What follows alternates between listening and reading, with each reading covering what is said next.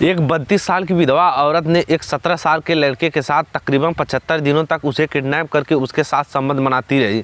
जब इस बात का खुलासा होता है तो यकीनन सभी लोग हैरान रह जाते हैं। आप लोग भी इस कहानी को, इस घटना को सुनेंगे तो आप लोग भी हैरान रह जाएंगे। आखिर क्या होता है इस कहानी में। इस कहानी को पूरा जानने के लिए आप हमारे वीडियो के अंत तक बने रहिएगा। हम आपको बताते हैं कि आखिर इस कहानी में क्या होता है। तो नमस्कार दोस्तों, स्वागत है आप सभी का मेरे यूट्यूब चैनल असलियत तक में। दोस्तों, ये सच्ची घटना है उत्तर प्रदेश के चित्रकूट के राजपुरा थाने की। राजपुरा थाने में एक क्षेत्र पड़ता है।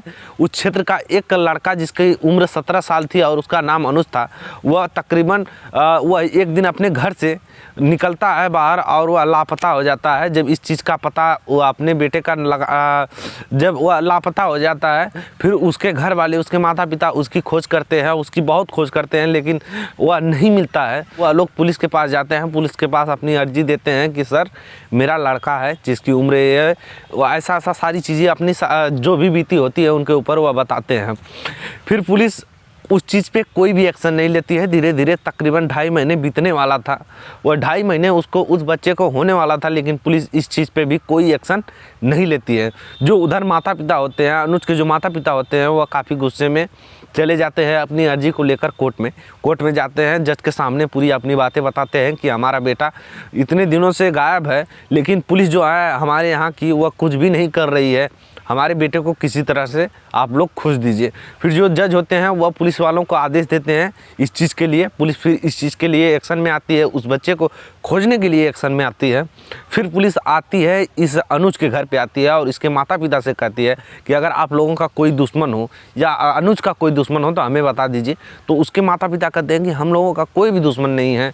तो फिर वह जो पुलिस वाले होते हैं वह कहते हैं कि मुझे क्या अनुज मोबाइल चलाता था? अगर मोबाइल चलाता था वो तो हमें उसका नंबर दीजिए। फिर मोबाइल वह चलाता था, जिसकी वजह से अनुज के माता पिता अनुज का नंबर देते हैं, और लेकिन वो कहते हैं कि हम लोग 2.5 महीने से ट्राई कर रहे हैं, यह नंबर बंद ही आ रहा है। फिर पुलिस वाले उस अनुज का नंबर लेते हैं। अनुज का नंबर लेने के बाद उसकी कॉल डिटेल्स को निकालते हैं। उनको पता चलता है कि 2.5 महीने से इस फ़ोन को चालू नहीं किया गया है। फिर वह घर पे आते हैं। घर पे उसके आने के बाद उसके गांव में पूछताछ करते हैं तो पता चलता है अनुज का एक कोई दोस्त था या गांव का कोई लड़का था। वह बताता है पुलिस वालों से कि एक हमारे बगल में ही, हमारे घर के कुछ दूरियों पे एक आंटी रहा करती थी जिसका उनकी उम्र 32 साल थी, और वह, उनका जो पति था वह तकरीबन 5 साल पहले मर चुका था। वह हमेशा अनुज के साथ में उसको देखा करता था, उनके साथ अनुज को देखा करता था, और वह हम आपस में काफ़ी सारी बातें भी किया करते थे। तो पुलिस वाले देखते हैं, जब फिर जाते हैं पुलिस वाले उस अनुज की कॉल डिटेल्स को निकालते हैं तो देखते हैं कि आखिरी बार जो कॉल है वह उस सुनीता का ही आया था, उस सुनीता आंटी का ही आया था उसके ऊपर। फिर उस सुनीता आंटी का नंबर लिया जाता है गांव वालों से। वह सुनीता का नंबर लेकर उसे ट्रैक करते हैं, उसकी लोकेशन ट्रैक करते हैं। तो वह जो लोकेशन होती है वह प्रयागराज में दिखाती है। पुलिस वालों की टीम प्रयागराज के लिए निकलती है उसके अनुज के माता पिता को साथ लेकर। जहाँ पे उस लोकेशन पे जब पुलिस वाले जाते हैं तो वह देखते हैं कि बाहर ही जो अनुज था वह कुछ काम कर रहा था, वह कुछ खेल कूद रहा था। फिर वह जो अपने माता पिता को देखता है पुलिस वालों के साथ, तो अपने माता पिता के पास आता है और रोने लगता है और कहता है पिताजी हमें यहाँ से बचा ले चलिए, हम गलत जगह फंस गए हैं।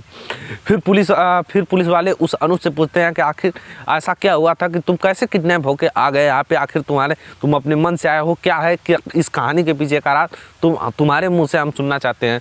जो अनुज होता है वह बताता है कि मैं स्कूल जाया करता था।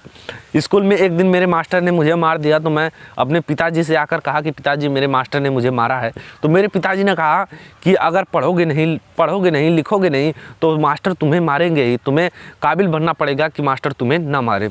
यह बातें मैं उस आंटी जब मुझे फ़ोन करती है, वो आंटी मुझे बात किया करती थी, वो आंटी सुनीता आंटी मुझे फ़ोन करती है और वह आंटी के पास मैं जाया करता था तो वह मुझे सहलाया करती थी। उस दिन मैं गया, वह भी मुझे सहला रही थी और उन्होंने मुझे कहा, सहलाते हुए मुझे कहा कि क्यों ना तुम अगर इस चीज़ों से बोर आ चुके हो तो क्यों ना मैं तुम्हें एक रास्ता बताती हूँ, एक उपाय बताती हूँ।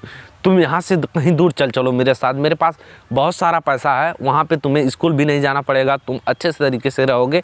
और वह जो सुनीता होती है वो उसे बहला फुसला कर वो उसे प्रयागराज लेके चली जाती है। फिर वह जब प्रयागराज लेके जाती है तो वह उसके साथ धीरे धीरे, उसको कुछ दिन तो ठीक लगता है, वह उसके साथ संबंध बनाती है सुनीता जब उसके साथ संबंध बनाती है तो उसे कुछ दिन तक वह ठीक भी लगता है।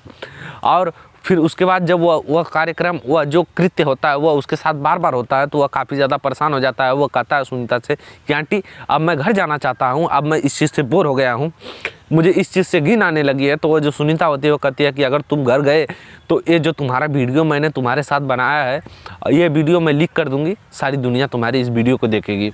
इसी डर की वजह से मैं नहीं जा पाता हूँ।